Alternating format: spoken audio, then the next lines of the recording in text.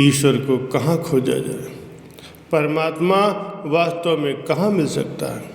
प्यारे सज्जनों, वास्तव में देखा जाए तो ये सवाल ही विचित्र है कि आखिरकार ईश्वर को कहाँ खोजा जाए। ऐसी कौन सी जगह है जहाँ ईश्वर का साक्षात्कार किया जा सकता है, परमात्मा को पाया जा सकता है, खुदा से मिलाप किया जा सकता है। और वो ऐसा कौन सा स्थान है जहाँ सच्चा परमात्मा निवास करता है। प्यारे सज्जनों, सबसे पहली चीज़ तो ये है कि ईश्वर को खोजने के लिए कहीं भी बाहर जाने की ज़रूरत नहीं, क्योंकि वो तो सबके अंदर बसता है, और जो सबके अंदर हो, सबके साथ हो, तो फिर उसे बाहर कहीं क्यों खोजा जाए। इस सवाल को संतों ने बड़े स्पष्ट ढंग से बताया है कि वो परम शक्ति तो पूरी सृष्टि को चला रही है, जिसके जरिए सारे खंड ब्रह्मांड सजे हुए, जो सब में समाहित है, सब कुछ उसी में ही निहित है, उसी में ही बसा हुआ। वो कहीं बाहर नहीं है, बल्कि वो तो हर किसी के अंदर मौजूद है। तो फिर उसे कहीं बाहर खोजने की ज़रूरत ही क्यों है। सबसे पहले तो वो अंदर है, तो उसे अंदर ही खोजा जाए। जो जहाँ होगा वो वहीं मिलेगा। जिस तरह पानी की हर बूंद जाने अनजाने सागर का हिस्सा होती है, ठीक उसी तरह इस सृष्टि की हर रूह, हर आत्मा रूपी बूंद उस परम पिता परमात्मा रूपी सागर का ही एक अंश है। जिस तरह सूरज से निकलने वाली हर किरण अपने आप में एक सूरज समाहित की होती, ठीक उसी प्रकार से इस सृष्टि में रहने वाली हर रूह में परमात्मा समाहित होता। तो जब हर किरण में एक सूरज देखा जा सकता है, तो हर आत्मा में परमात्मा को पाया जा सकता है। अगर हर बूंद सागर से निकलती है, तो हर आत्मा भी उस परम शक्ति से आई है, उसी का हिस्सा है। जब आत्मा परमात्मा दोनों ही एक दूसरे में समाहित हैं, तो फिर अलग होने का या कहीं बाहर खोजने का तो सवाल ही नहीं पैदा होता। जब दोनों एक ही में हैं, एक ही है, तो सब कुछ अंदर ही है, बाहर कुछ नहीं। जब आत्मा शरीर के अंदर है, तो परमात्मा भी वहीं मिलेगा। जब मिलेगा तभी यकीन होगा कि आत्मा ही परमात्मा है।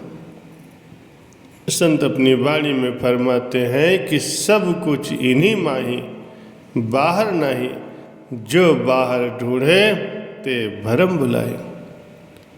फरमाते हैं कि परमात्मा तो कण कण में निवास करता है। जो कण कण में बसता हो, तो इसका मतलब साफ है कि वो फिर आपके अंदर भी है और बाहर भी। लेकिन बाहर तो तब दिखेगा जब पहले वो अपने अंदर दिख चुका हो।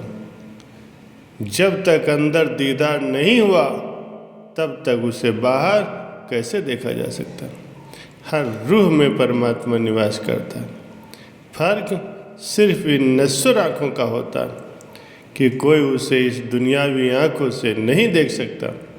उसके लिए एक गहन अध्ययन, ध्यान और अभ्यास अर्थात समाधि की जरूरत होती है। एक सहज अवस्था की जरूरत होती है।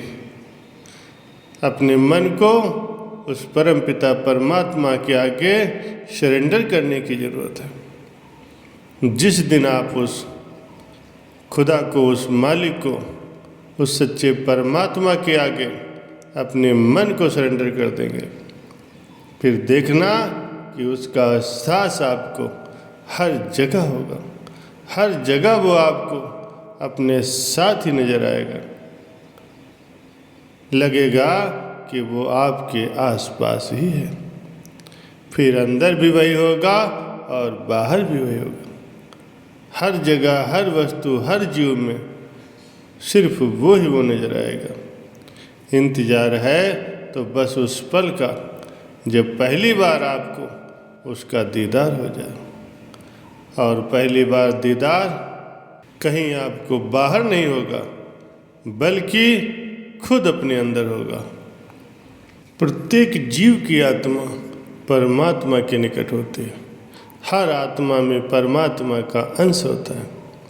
इसलिए सभी प्राणियों को परमात्मा अपने अंदर समाहित करते हैं। जब सभी के भीतर परमात्मा का अंश है तो सबसे बैर त्याग कर प्रत्येक जीव में परमात्मा के दर्शन करने चाहिए।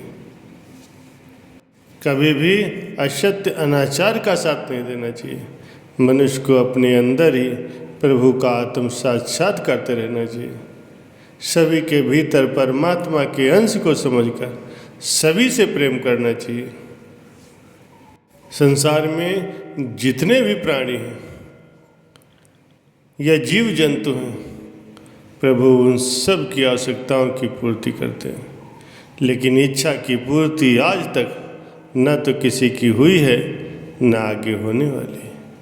व्यर्थ की इच्छाएं पालने से कोई लाभ नहीं। मनुष्य की इच्छाएं जितनी बढ़ती जाती हैं, जीवन में उतना ही तनाव भी बढ़ता जाता है।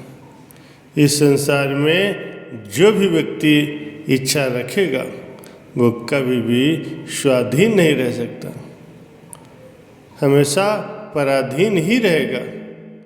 सुख प्राप्ति की आशा में ही व्यक्ति पूरी उम्र व्यर्थ गंवा देता है। यहाँ तक कि मरते मरते भी सुख की सूक्ष्म वासना साथ ले जाता है, जिस कारण दोबारा जन्म लेकर फिर सुख की खोज में लग जाता है और यहीं से ही जन्म मरण के चक्कर में वो पड़ जाता है।